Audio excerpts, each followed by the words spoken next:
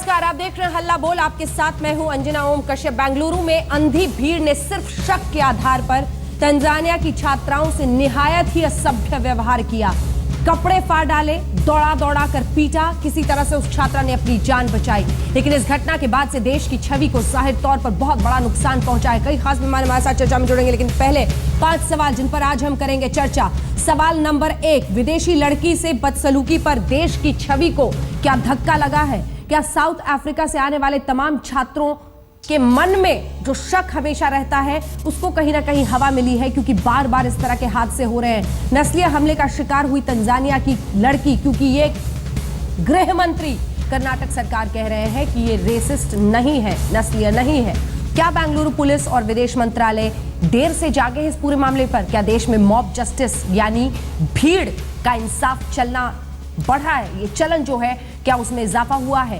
कांग्रेस मामले की लीपापोती में आखिर क्यों जुट गई है? अभी तक बीजेपी पर हर मुद्दे पर असहिष्णुता पर प्रहार करते थे, तो अब उसी असहिष्णुता के सवाल पर, क्योंकि नस्लीय भेद के साथ कम से कम ये लड़की इसी तरह का आरोप लगा रही है, नस्लीय भेदभाव की वजह से इस तरह से पीटा गया उसने बताया है, तो क्या ये एक अलग किस्म की असहिष्णुता है जिस पर अब कांग्रेस पार्टी को भी जवाब देना चाहिए? आइए आपको पहले दिखाते हैं रिपोर्ट।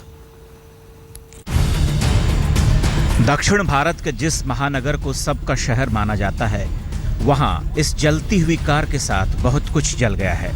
उसे संस्कार कहिए, तहजीब कहिए, पढ़े लिखे होने का गुमान कहिए, इंसानियत का तकाजा कहिए, या फिर भारत में अतिथि को देवता मानने का चलन कहिए।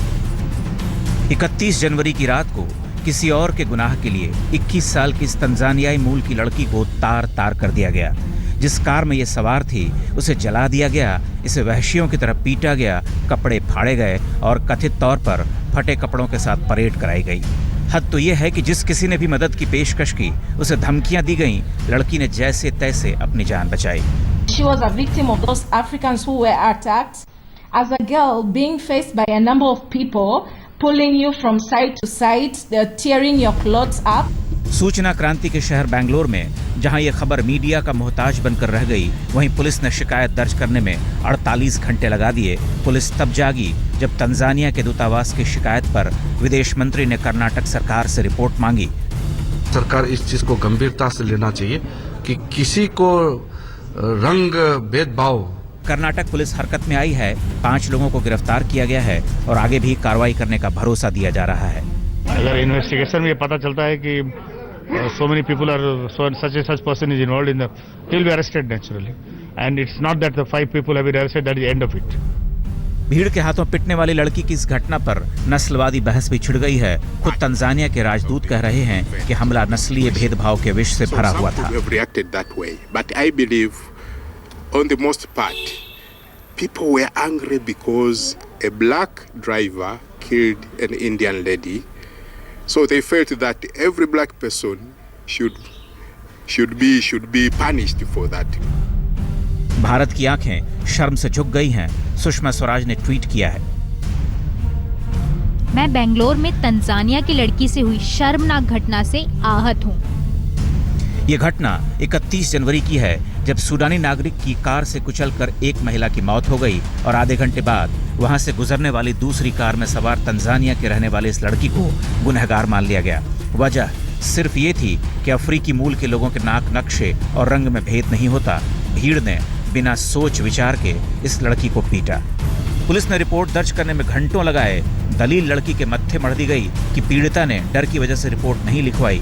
सवाल सबसे बड़ा यह है कि बेंगलोर जैसे शहर में एक विदेशी लड़की के साथ इतना बुरा बर्ताव कैसे हो सकता है, और सरकार पुलिस प्रशासन को संज्ञान लेने में इतनी देर कैसे लग सकती है।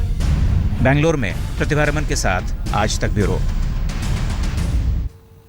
कई खास मेहमान हमारे साथ इस चर्चा में जुड़ रहे हैं। सबसे पहले आपका परिचय उनसे करा दें। शाहनवाज हुसैन साहब, राष्ट्रीय प्रवक्ता बीजेपी के हमारे साथ जुड़ रहे हैं। संजय झा जी, प्रवक्ता कांग्रेस पार्टी के हमारे साथ जुड़ रहे हैं। क्रिश्चियन प्रेस्ली नवोजू, जो कि अफ्रीकन स्टूडेंट है, वो हमारे साथ कुछ ही देर में स्टूडियो में यहाँ पर मौजूद होंगे। और दिनेश गुंडू राव जी, जो कि मिनिस्टर हैं for food, civil supplies and consumer affairs, government of Karnataka के, वो हमारे साथ जुड़ेंगे, क्योंकि कर्नाटक सरकार की इस पर क्या राय और सोच है उसको समझना बहुत जरूरी है। संजय झा जी, सबसे पहले सवाल लेकर आपके पास पहुंचते हुए, ये कर्नाटक के गृह मंत्री जी को इतनी क्या जल्दबाजी है कि वो जांच का भी इंतजार नहीं करना चाहते हैं। उन्होंने खुद ही कह दिया है कि ये एक रेसिस्ट अटैक नहीं है। उन्होंने पीड़िता का नाम तक ले लिया। कुछ बेसिक बुनियादी नियम से तो कर्नाटक के गृह मंत्री को अवगत होकर बात करनी चाहिए। ये कैसी असंवेदनशीलता है? देखिए अंजना जी, इसमें कोई दो राय नहीं है और इस सच्चाई को हमें उसका सामना करना पड़ेगा कि जो हुआ है बेंगलोर में वो बहुत ही शर्मनाक और दुर्भाग्यपूर्ण दुर्घटना हुआ है जी। इसमें कोई दो राय नहीं है और हम समझते हैं कि इस पर हमारी सरकार वहाँ पे कड़ी से कड़ी तरीके से कदम उठा रही है और हम इसका पार्टी की तरफ से मैं आपको बताना चाहूँगा इसकी कड़ी निंदा कर रहे हैं। देखिए दुर्भाग्यपूर्ण ये भी है कि आज ऐसे हादसे होते हैं तो राजनीतिक दल इस पर अपने उनका जो एक प्रतिकूल उनका जो एक तरीके से एक घटिया राजनीति होता है वो शुरू हो चुका है, उसका भी हम कड़ी निंदा करना चाहेंगे। मैं तो फैक्ट्स पे आपसे बात कर रही हूं। संजय जी, मैं तो फैक्ट्स पे बात कर रही हूं और मैं पूछ रही हूं कि कर्नाटक के गृह मंत्री ने आज पीड़िता का नाम क्यों लिया? आज क्यों उन्होंने क्लीन चिट देने की कोशिश की और कहा कि ये रेसिस्ट अटैक नहीं है, जबकि उन्हें पूरी जानकारी नहीं है, जांच पूरी नहीं हुई है? मुझे ये समझा दीजिए आप। देखिए मैं इस बात से पूरी तरीके से आपके साथ सहमत हूं कि जब तक ये जांच पूरी तरीके से न हो, जब तक पूरी तरीके से यहाँ पर मैं समझता हूँ कि बहुत गंभीर विषय है सर, उनको माफी मांगनी चाहिए। भारत का अंतर्राष्ट्रीय चूंकि आप मुझसे सहमत हैं, चूंकि आप मुझसे सहमत हैं सर, चूंकि आप मुझे सहमत हैं, क्या माफी नहीं मांगनी चाहिए कर्नाटक के गृह मंत्री को कि उन्होंने इतने असंवेदनशील तरीके से लड़की का नाम लिया, फौरन कह दिया रेसिस्ट नहीं है? उन्होंने लड़की एफआईआर है मेरे हाथ में सर, एफआईआर में लड़की खुद लिख रही है और बता रही है, अंग्रेजी में एफआईआर है, वो कह रही है कि मेरे कपड़ों को फाड़ा गया, मुझे टॉपलेस कर दिया गया। बावजूद इसके वो गलत फैक्ट्स बता रहे हैं बैठकर सबके सामने में। माफी नहीं मांगनी चाहिए उन्हें? अंजना जी मैं आपके सामने फिर से कहूंगा कि ये हम जानते हैं कि कानून में यह है कि जब किसी पर इस तरीके का अत्याचार या हमला हुआ है तो उनका नाम का खुलासा नहीं करना चाहिए और यदि उन्होंने किया था तो वो गलत है। इस बात को हम मानते हैं और हम यही अब मैं फिर से हाथ जोड़ के निवेदन करूंगा, मीडिया तो मैं समझता हूं कि जिम्मेदारी से इसको हैंडल करेगी, लेकिन कम से कम भारतीय जनता पार्टी जो उनके कुछ प्रवक्ता को मैंने सुना है, शाहनवाज जी तो थोड़े हटकर हैं, लेकिन कुछ लोग पक्षपात और एक गलत तरीके से इसमें नकारात्मक राजनीति न करें। ये भारत की अंतर्राष्ट्रीय मर्यादा और छवि का बहुत गहरा एक मसला है और हमें इसको जल्दी से जल्द इस पर छानबीन करके इस पर कड़ी कार्रवाई करनी चाहिए। कुछ लगते हैं कुछ पुलिस ऑफिसर ने यहाँ पर पूरी सही तरीके से कदम नहीं उठाया। शाहनवाज हुसैन जी, आपको नहीं लगता है कि विदेश मंत्रालय भी इस पर देर से जागा?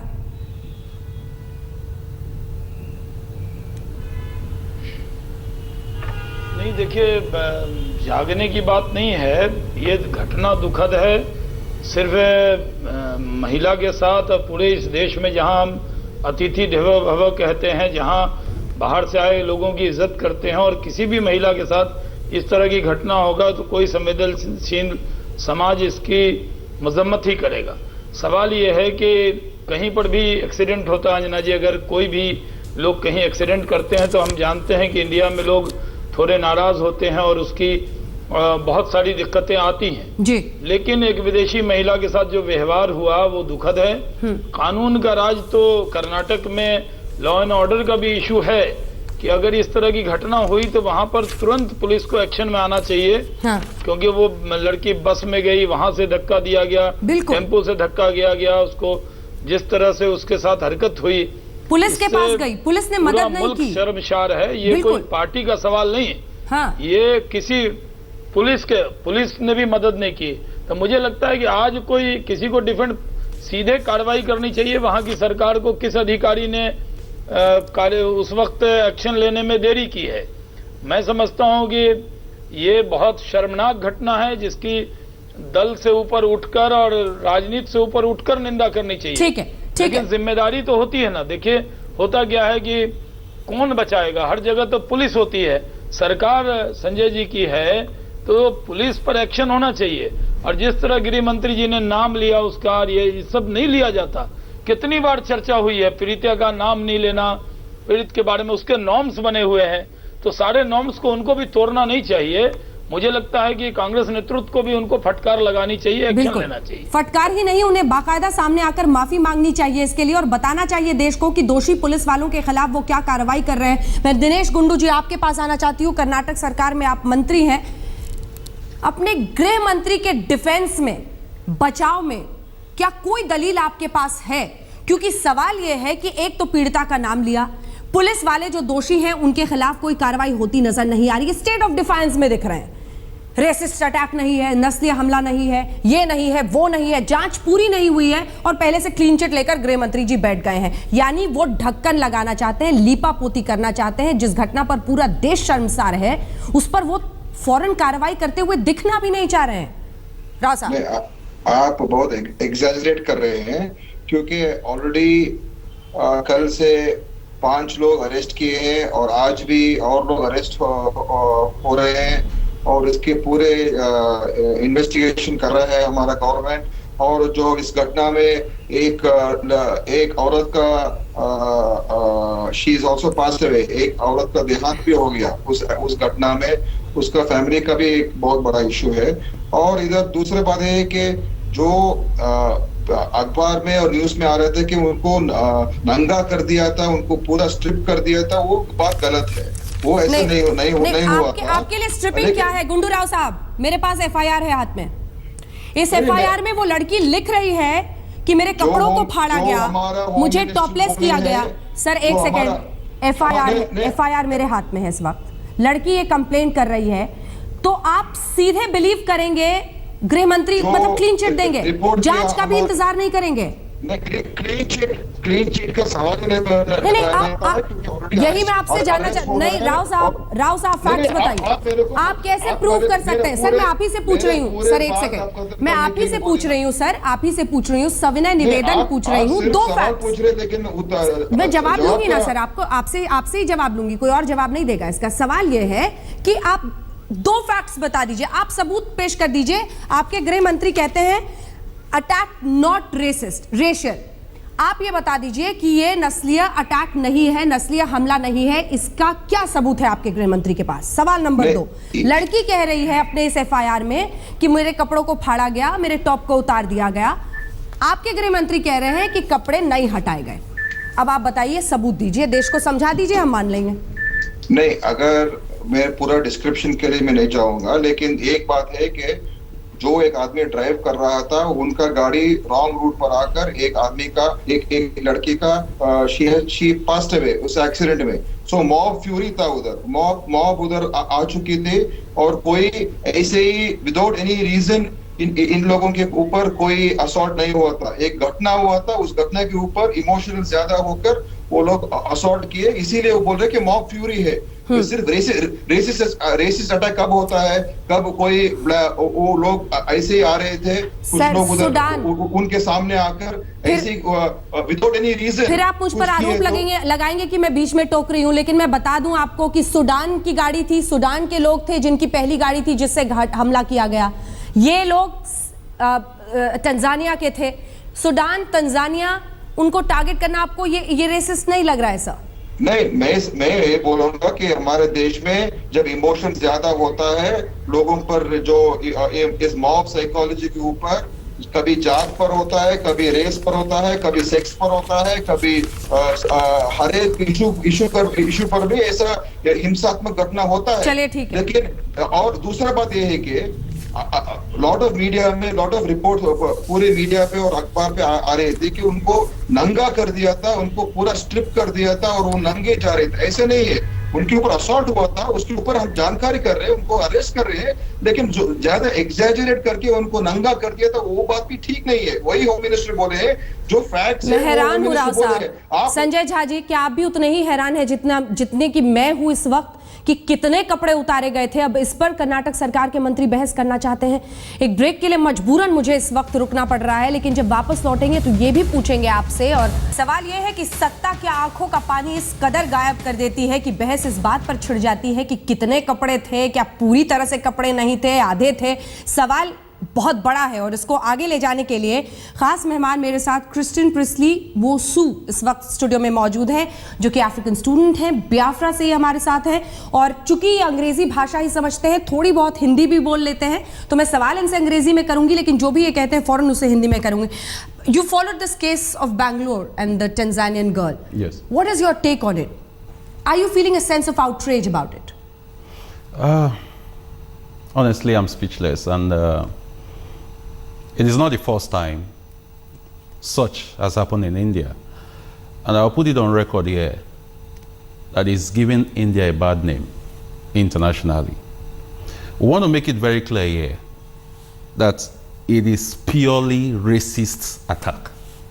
ये साफ शब्दों में कह रहे हैं कि मेरे पास इस वक्त शब्द नहीं है अपने दुख को बयां करने के लिए। इनकी अगली लाइन ये है कि हिंदुस्तान के लिए ये बुरा है, हिंदुस्तान की, इंडिया की छवि के लिए ये खराब है। और उससे आगे ये कह रहे हैं कि ये पहली बार नहीं हुआ है, ऐसे नस्ल भेदी घटनाओं का हम सामना करते रहते हैं, और कह रहे हैं ये नस्ल भेदी ही है।